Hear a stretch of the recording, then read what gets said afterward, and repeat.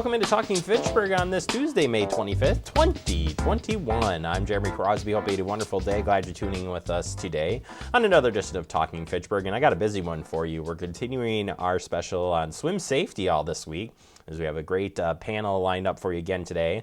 We'll be talking about open water safety on the panel discussion, but we'll also be talking about the backyard pool safety. So we want to make sure if you're hosting any backyard, you have a pool in the backyard, no matter what size it is. We want to make sure you stay safe, and we're going to break it down for you on how to do just that coming up in our digest today. So a lot of swim safety to get to, but let's get right into the headlines as we do work into this day, now the evening time, but either way, we're glad you're here with us. We jump into this first, and it's West Clayton Road closed permanently at the railroad tracks. This will be starting on June 1st, and this is forever. So this will close as of June 1st. They are doing that construction over there, as you can see here on the screen, and shows you where that closure is.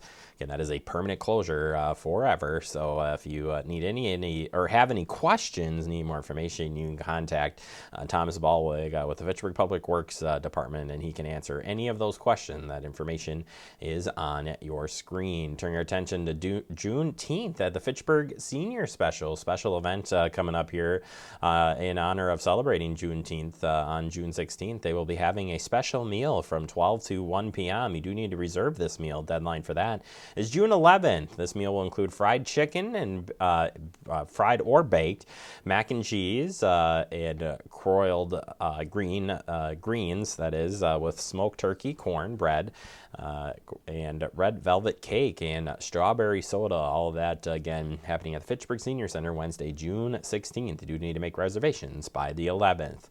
Splash Pad is going to be opening up. We've had such hot weather. It's kind of needed, I would say, for many reasons, but the Splash Pad will be opening on June 1st, and the hours for the Splash Pad, located at 2930 Chapel Valley Road here in Fitchburg, are Monday through Friday, 10 a.m. to 8 p.m., Saturday, 10 a.m. to 8 p.m., and Sunday, 10 a.m. to 8 p.m. The Splash Pad is open daily through August 31st, unless otherwise posted. Just to note here, I love how this is written up. This is wet and wonderful playground is fully accessible and safe for all ages and abilities. There are 3 zones: toddlers, sophists, and gentle streams, preteen with high energy and team building activities, and families with dumping buckets of water tunnels, and lots of good, clean fun. So if you want to stop out there, opens up June 1st. All right, Friday fun to go at the Fitchburg Public Library. You're looking for something to pick up and do for this weekend, stop by the library to pick up some Friday fun activity bags. Take and make activity bags for children ages 2 to 5 and 6 to 12. They will be available in the children's section of the library every Friday starting at 10 a.m. Please limit 1 per bag per child, and that's all while supplies last. And I can't think of something better as we head into the Memorial Weekend for your kiddos to work on. Finally, celebrate safe Memorial Day weekend. State wants to make sure you stay safe. That means buckling up, putting the phones down, and inspect your vehicle and plan ahead before heading out. Wisconsin Department of Transportation, and its Division of State Patrol are making travelers aware of Memorial Day weekend, and they're asking this weekend to buckle up, plan their routes, and drive carefully through work zones. Vehicles that have not been driven recently should be inspected for safe travel, which includes checking tire pressure and fluid levels. Wisconsin DOT and State Patrol officers also have these other safety tips. Slow down. Posted speed limits apply to ideal travel conditions. Drivers are required to travel at the responsible and prudent speed based on weather and traffic conditions. Eliminate distractions and focus on what's ahead. Texting while driving is prohibited and very dangerous. It is also legal in Wisconsin for drivers to use a handheld mobile device in work zones, except in emergencies. Be prepared to move over or slow down when approaching emergency responding vehicles, including police, fire vehicles, ambulances, tow trucks, and highway maintenance vehicles that are stopped along the highway with their warning lights flashing. If your vehicle breaks down, try to get it safely off the highway. Remain buckle up and wait for help to arrive. Wisconsin rest areas are open. These facilities offer restrooms and breaks from travel. Significant road construction projects in May may impact some of your travels. Make sure you check ahead before you head out. We've got a couple of them here in Dane County, and that's a traffic shift on U.S. Highway 12 and 18. That's Madison Beltline between I-39-90 and Whitney Way ramps. They're closed on Monona Drive interchange. Just Dane County you've got the US Highway 14 traffic reduction to 1 lane in each direction on Highway 14 from Oregon to Madison. You know about that one.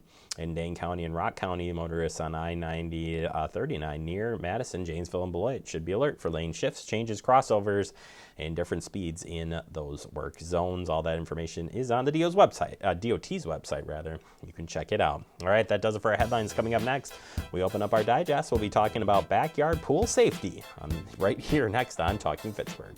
We're exercising at the Fitchburg Senior Center. We do aerobics, balance, strength training, posture. We want you to stay healthy and strong and exercise. Keep on being fit.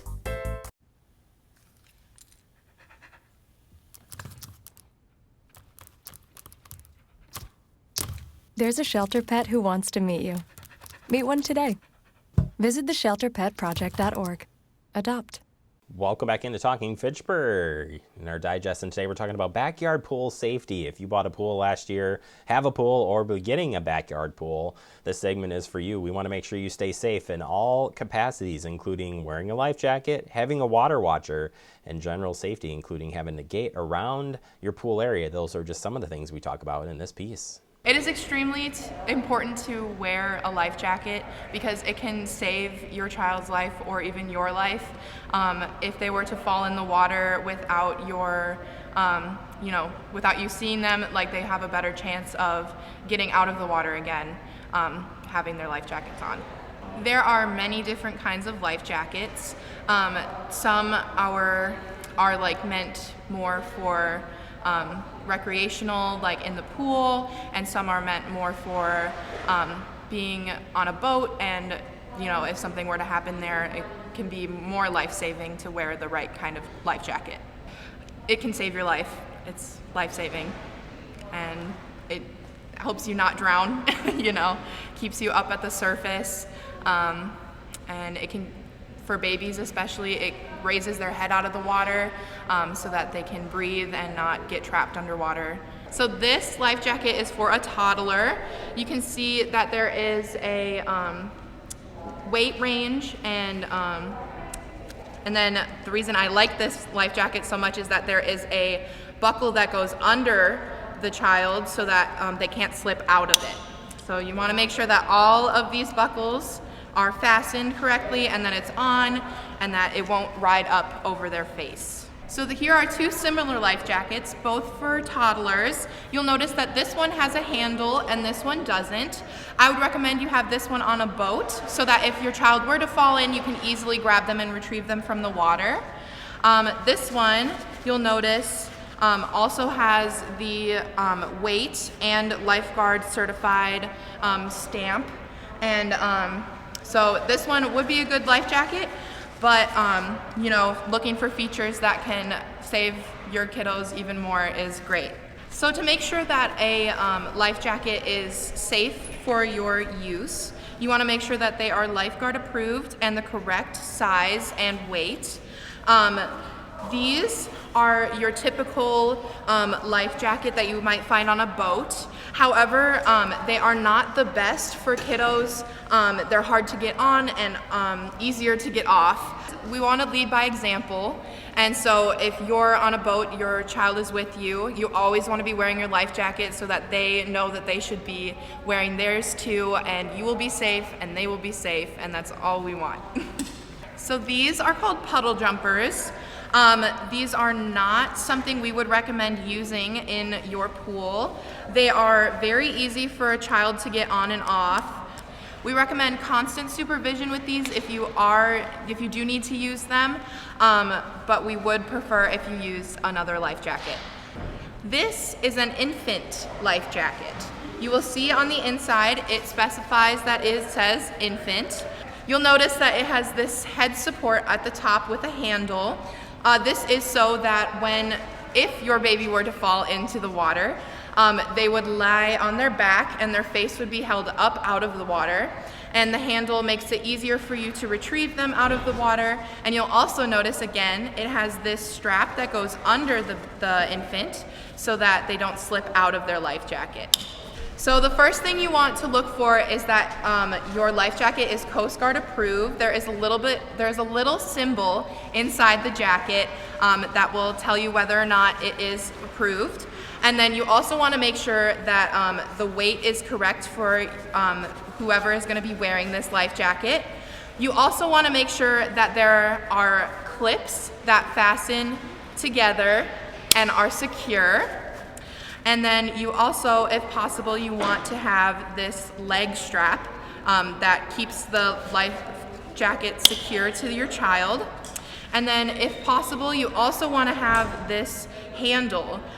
This can really be a great thing to have in a situation where you and your child fall into the water and you get separated. You have a place to hold on to them so that you can keep track of them and make sure that they're okay. And then if there is a zipper on your life jacket, you want to make sure that it zips all the way up and stays there. You don't want one that will fall down. So a water watcher is somebody that we have, whether you're at like a family gathering or a group of friends, that is designated to watch children in the water swimming. So the most important thing with being a water watcher is that you aren't distracted. So you are a sole watcher of the kids who are swimming. You want to make sure that you're scanning the area, not on your phone. You don't want to be a social media watcher, you're a water watcher. You're observing the children swimming and making sure that that's the only thing on your mind. You're solely watching the kids to make sure that they're staying safe while they're in the water.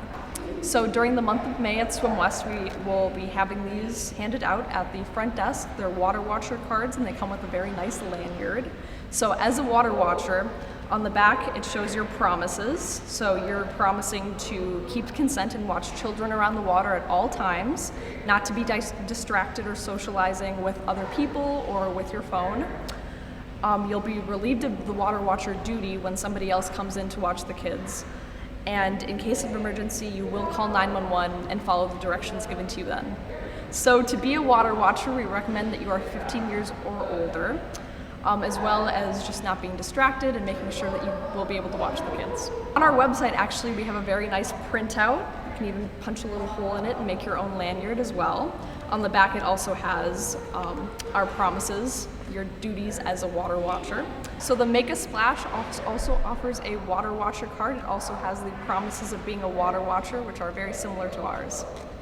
Most children drown with an adult watching them. The main problem is that the adult watching them is not giving their full controlled supervision to the child. So if you answer a phone call or check your email for 1 second, the drowning could be completely silent, and that's absolutely a tragedy. So as a water watcher, you have to make sure that you are not checking your phone or looking around or being distracted by any type of distraction. So the water watcher should be close to the pool. Don't be inside, don't run an errand. If you need to run something super quick, go to the bathroom, go inside, make sure you find somebody who is 15 years of age or older who is able to watch. So the Red Cross says 1 to 25, but the more eyes the better, so we recommend more than one. So it's super important to never swim alone. You always want to swim with a buddy. If you can't, you should at least let somebody know what you're up to when you're going swimming. First pool rule that I would always have is never to swim by yourself. I'm assuming if you're having a pool party, then you are going to have other kids swimming with you. Definitely some other important rules if you're going to be at a pool area is make sure you have life jackets available to kids who might want or need them. Make sure you have some system in place for who is a strong swimmer and who is not, so some sort of a swim test to decide who can go where in the pool. Making sure you have a water watcher assigned, so somebody to always be watching the pool and the kids in it. Make sure that you know how many kids you have and where they are swimming. Counting heads is always a good idea, so if a kid gets out to go to the bathroom or something like that, you know that that kid has left the pool area and you can count them when they come back.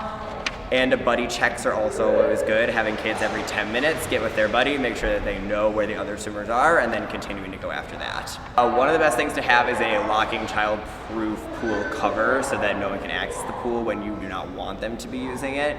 If you have the pool unlocked and you're using it, but you need to step away, making sure that you always ask a neighbor or somebody to step into that role, making sure the pool is supervised that way. Other good things to know are always to have a cell phone near the pool so that if you did need to dial 911, you'd be able to do that, and making sure that not just the adults present, but also the kids understand what would constitute an emergency, what the emergency number is and when you would call the emergency number, so that not just the adults are being safe, also the kids are able to take an active role in that. So basic maintenance of your pool cover, you obviously want to keep people off of it so that the longevity of your pool cover is not affected. You want, if at all possible, to have a locking pool cover that you know the code to or have a key to, so that your kids cannot open the pool cover whenever they want to. Part of the idea is that it is a safety measure for them. Making sure that it is a material that you are confident in. So some are like cloth pool covers, and that is much easier for a child to fall in and get sucked into, as opposed to a hard pool cover which they cannot open themselves. Those are the big things that I would think about when you're looking at buying one or setting up an outdoor pool for your summer. You definitely want to keep all your stuff out of the pool area when it is not in use. You also want to not leave it on the ground, because things like balls or noodles can become a tripping hazard around the pool, and that is another potential safety hazard. Even if you are not in the water, it's still good to be safe around the water and the area surrounding it. So another really important consideration when you are putting in a pool in your backyard, be it above ground or below ground, is making sure that you have a fence around your pool. Your pool obviously is yours to use, but that does not mean that your community does not have access to that physical location as well. And so thinking about a fence protects you from liability if somebody else were to try and use your pool and get into it. And it just protects your community in terms of safety. You do not have kids coming into your pool and falling into it when you don't want them to be there. It is hard to supervise your own pool 24/7, and so having that fence just adds another layer of protection. If you're gonna have a smaller pool, if like one of the ones that you would fill up over the summer with a hose, just making sure that you're flipping it back face down at the end of the day, so that you are adding that layer of safety for both your community and for yourself and your family. All right, there you have it. We appreciate everybody's help at SwimWest for not only this, but Karen for setting all this up for us. And we're going to continue that coverage now next here on Talking Fitchburg coming up. We'll continue our panel talk about swim safety this week. We're talking about if you're heading out to open water like lakes, streams, rivers, and so much more. That's next right here on Talking Fitchburg.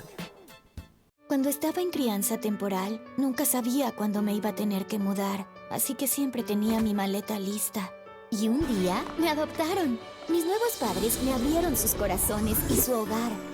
Ellos me cocinan mi desayuno favorito todas las mañanas. Mis padres me llevan a viajes que jamás pensé podría ir. Me dieron un hogar y una mejor excusa para usar esa maleta. Mis padres no son perfectos, pero son perfectos para mí.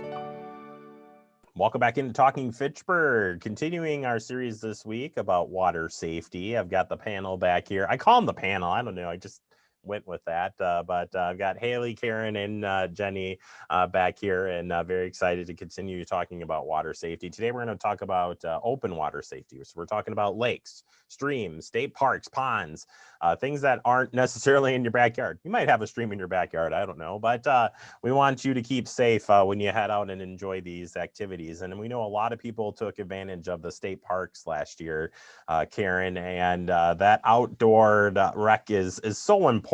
But swimming in what I would call a non-controlled area, like a pond, lake, river, whatever the case may be, poses different risks, but still brings in some of the same water safety. What should we be thinking about when we're heading out to these spaces? First thing I'd like families to do is to research their space. Before they go to the river or they go to a state park, know what's going on there. What kind of water is there? What's available? Like some state parks actually have life jackets sitting there on the side and some don't. So it's important that you bring your life jacket if they're not there, and also educate your children on what if there's a current there. You know, there is a flip, float, follow that Wisconsin's working really hard at getting us to do. So if you are walking on the beach in a river and the current will take you, sometimes the sand is so uncertain and you don't know when you're going to follow into that tide, or not tide, but that rip current, and you'd go under. And we did have some drownings last year. We had a father that drowned trying to save his children in the river. So we had a really hard year last year of drownings because parents just didn't know the environment they were in. So I guess I would start with making sure you know where you're going and what is available to you for the water. Haley, on Safe Kids front, water safety is water safety overall, but for finding information about going to a beach and beach safety, I'm just betting you guys have some great resources for that.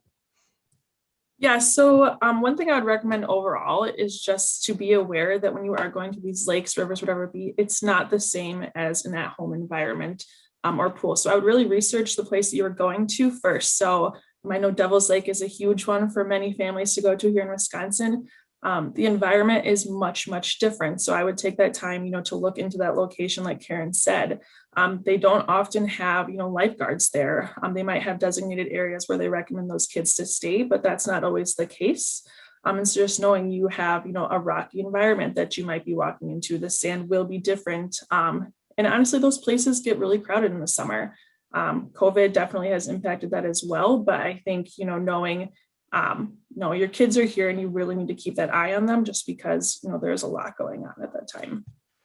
Jenny, looking at it for swimming lessons and that sort of thing, swimming in a pool, a lot different than maybe swimming in a lake where you've got that wind. And yeah, if you start floating away or even in a river, start going away. But basics in swimming, what would you recommend? I mean, obviously you want to introduce your kids to the water and have fun and have fun at the beach. But when it's talking about swimming and stuff, is there like a certain age range that, where you're comfortable having your kids in the water for swimming in lakes, ponds, or streams? It goes the same. It's still any age range. No matter the age, you're still going to watch them from, young toddlers up until teenagers. Lakes are different. Obviously, there's drop-offs, there's stuff like that. So it's just also being aware of, like everyone has been mentioning, your surroundings and kind of what the atmosphere is. Devil's Lake, like Haley said, is a pretty popular lake that a lot of people go to. And it's a pretty calm area, but that doesn't mean that there's not drop-offs or sharp rocks or anything like that. We teach a lot of floating. And so, one of the biggest things too is for children that are at that age and know how to do it is just, work with them and their comfort in the water. The water is a lot colder than our pool. Our pool stays around 89, 90 degrees. And so going to those situations, it's going to be a lot different feeling for the kids, and the kids will get, colder faster. And being in that environment is just different than an organized, swim area. Also, pools have walls and boundaries where lakes and streams and stuff don't necessarily have, an exact boundary of where they go, and they can expand, and there's, little caves and everything that go in there. So, just, being aware, just paying attention, and then just watching your child at all times. Just because they're on the beach playing doesn't mean that they're not going to just keep walking out a little bit further, and then they either get to some sort of a drop off or the sand shifts, and then, they're not able to, touch. And then, and parents can work with kids on that, of just being comfortable in that area and what to do in that, as as far as like rolling onto their back and just floating there, trying to swim back, but not struggling too much with that situation. Yeah, great advice there. Really great advice. And looking at life jackets, Karen, the first thing that comes to mind, I've got a 4-year-old and a 2-year-old. The 4-year-old's in swimming lessons, but I wouldn't, either one of them, I wouldn't let them close to the water at this point without me tied to them. But life jackets, when you're heading out, why is it so important to put it on those new swimmers when you're at the lake, at these outdoor event or outdoor spaces? Well, some parents have more than one child they're bringing to the water, or they're bringing a family together. And the life jacket fitted properly. There's the infant life jacket, there's the child one, and then there's the youth one. So make sure you're getting the right one. Every life jacket has a little area on there with how much they weigh. And so they also have, the younger ones have one that goes between their legs and snaps up so it doesn't fall over their head. So it's really important to get the correct life jacket, get it fitted and put it on. If you bring it from home, it's just, you have it with you. You're not going to make a bad decision of having them go out there without it. And I also do not suggest the pedal jumpers. They're easy. They're in the front. The child can unsnap them. They come out. They give a false sense of security for the child. Or water wings. I haven't even seen water wings around lately. I'm hoping they have gone away forever. But please never use the water wings. Those come off, and more drownings happened in the early in the 2000 early part with the water wings, and they started taking them away more and more. And that's when they went to the pedal jumpers.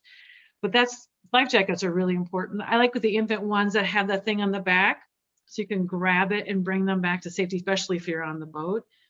But for the youth ones, the ones that go over and up between the legs, the children can do more with those and still have a fantastic day in the water.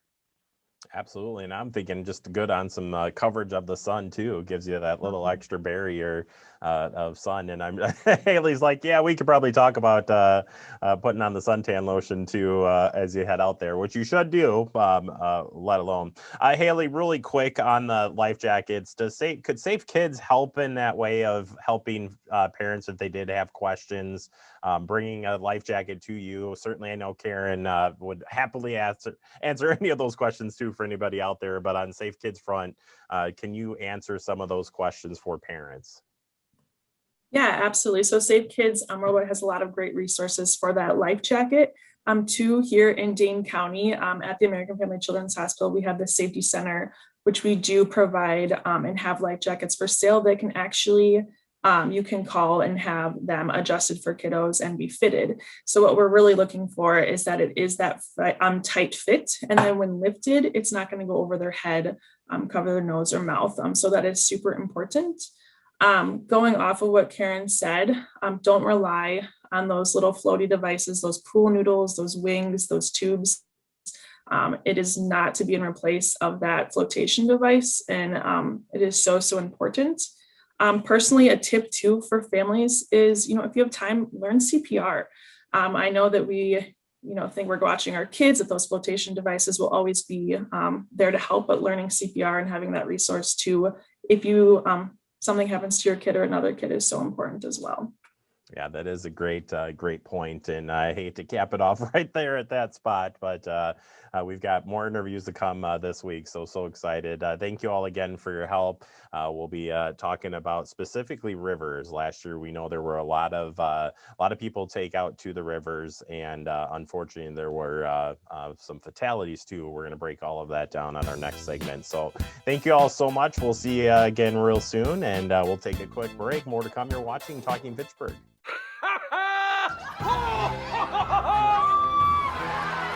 Give your town a reason to celebrate, because every Goodwill item you bring home brings job training and more to your community. Goodwill, bring good home. I got into business as a hobby. I wasn't really thinking seriously. I said, somebody needs to teach me so I don't go bankrupt. So I went to a store and I met Terry. I talked to her about my party business. This woman understands what I'm saying.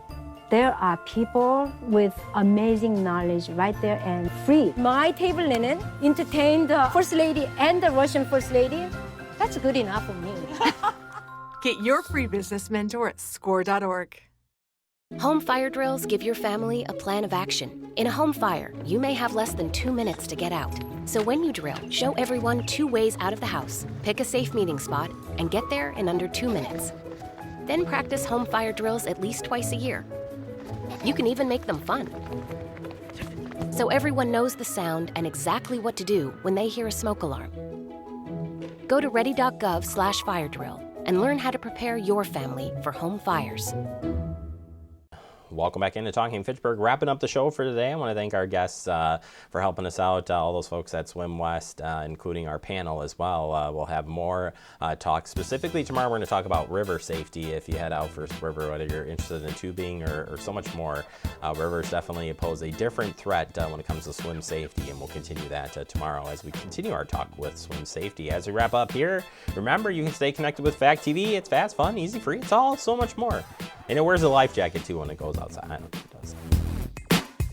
it does.